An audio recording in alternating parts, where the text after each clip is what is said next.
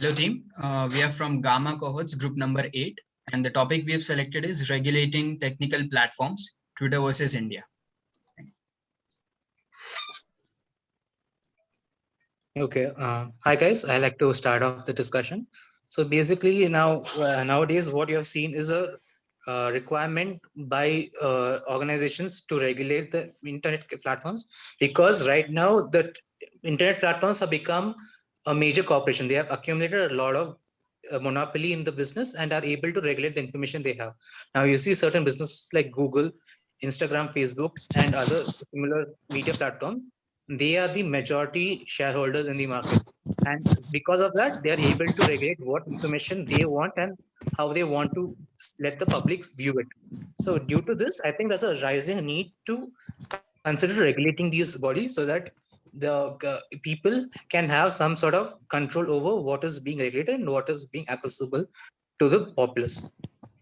Also, adding to Rahul's point, there's a lot of fake news going on currently, and somebody can just post it anything and it can create a chaos in our society.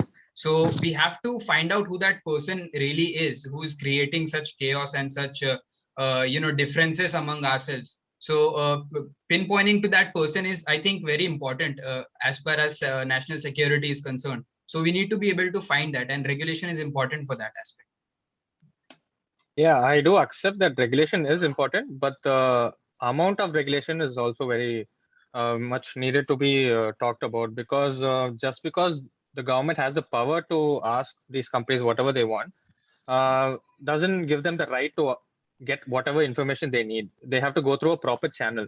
So recently, because there's a feud between Twitter and the Indian government, they have formed a committee which gives equal representation of the company and government officials so that they can represent their own agenda.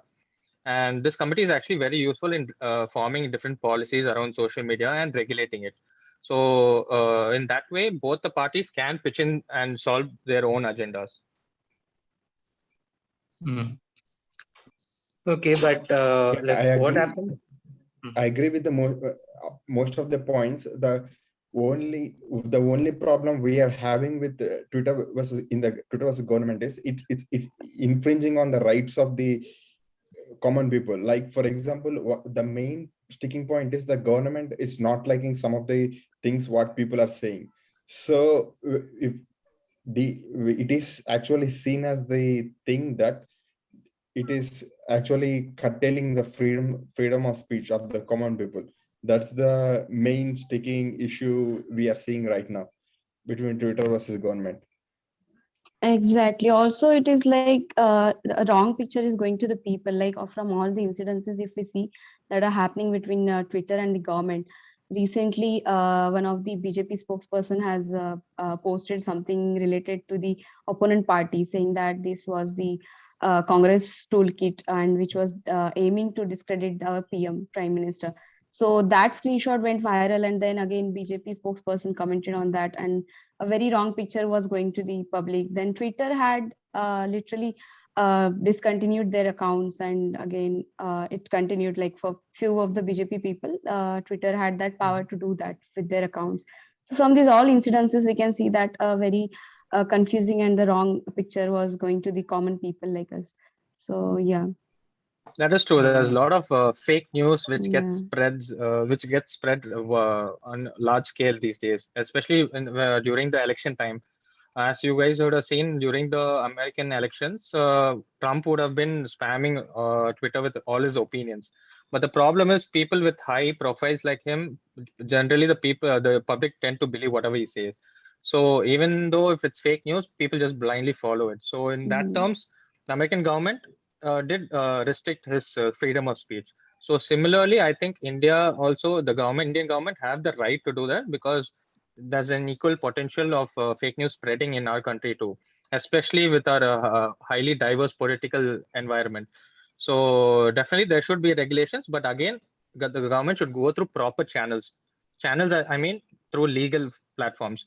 They can't just order the companies to give it to them, because if that was the way, then each political party will work towards only their own agenda. For example, during elections, they'll probably want to block out all the tweets which were against their party. So in that way, the government will definitely take advantage of it. So the best approach would be to go through legal channels. The government should put their case in front of the court, and then if the court finds it credible, then they can probably go ahead with providing the government with permission. Yeah, To but continue what has Hariharan's Hariharan said- point. Okay. Yeah, go ahead. Okay, to continue can go, Sheeban. Hariharan's point. Yeah, thank you. To continue Hariharan's point, actually, the government has gone through the legal framework, right? They've revised the new IT rules. The legislature, the duty of the government is to bring out legislature and then the rules through which the country is run. But the question in point today, as of now, is the intent of the government. The intent is in question. Nobody is arguing that yes, we need to regulate it, but you cannot expect any you cannot expect everything to be silenced in the name of what do you say, national security. Now there is no accountability for the government in the new IT system. The provisions of the IT Act are very good, very nice. It prohibits child pornography and all those things. It will make sure that those do not go further. But but there has to be an accountability. The government is not answerable. Like if they can silence anyone. Like for example, in the case of these recent farm protests, government has asked the Twitter to suspend the accounts of the celebrities who were opposing the government's move. So these things will take place if there is no accountability. So the accountability, I think, is the major issue regarding So how do you new think IT. this accountability can be? Yeah, go ahead, Rahul. Yeah, actually now what you can see, okay, as we talk about regulation, what we're actually discussing is giving the government the control over the information that the social media handles will take care. But what we're talking about is actually the social media handles have some responsibility themselves. They are actually supposed to be held accountable. But when you can see, when you go back to the initial time when internet came out, there was this law which was produced such as Sword and Shield, basically which allowed internet companies to be able to block whatever content they felt was wrong and be able to be exempt from the any repercussions of having any content online.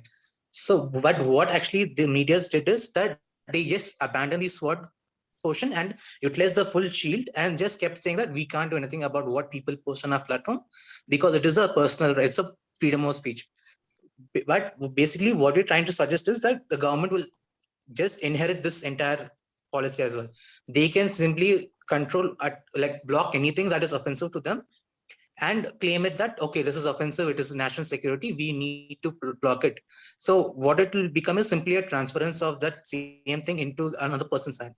So that is no real clear distinction between what is supposed to be done or what is not supposed to be done. So I think the regulation portion should not be held between these two entities, but someone who's an intermediary or someone who's having a neutral view on the whole platform.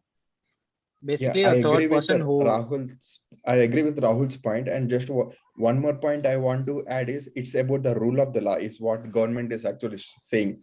So the thing is, Twitter has its own policies, and what the government, and it's also trying to curb the child pornography or whatever already existing on its platform to its best. But the contentious point is that when it comes to the national security, the government wants to have overreach because it's in the government's playbook that how the national security should be dealt with. So Twitter should not be having any say in it. So there is some legit reason why the government has bring up this new legislation is what I opine. So basically, the gist, I think, is that there should be regulations. The regulations are important in a democracy. We cannot just do anything we want. Regulations are important in a democracy, but we have to make sure that we listen to each and every people and not to intrude upon their personal rights, intrude upon their freedom of speech. That balance we have to create somehow between the social media companies and the government policies. That balance has to be created, right? Yeah, I think that was perfectly summarized. As Sheeban was also saying, the intent behind the regulation also matters. And like Rahul also suggested, we need a third party who can moderate between the two entities instead of them letting their agendas come in front and representing their own interests, we would need a third party here to regulate both the both the entities. Yeah, even I agree with that point. In the regulation there is nothing wrong, but the intention is subjective. So we have to see how the government will execute it. So after that, I think we can come to an opinion. Okay, thank you. Yeah. Thank you, guys. Thank you.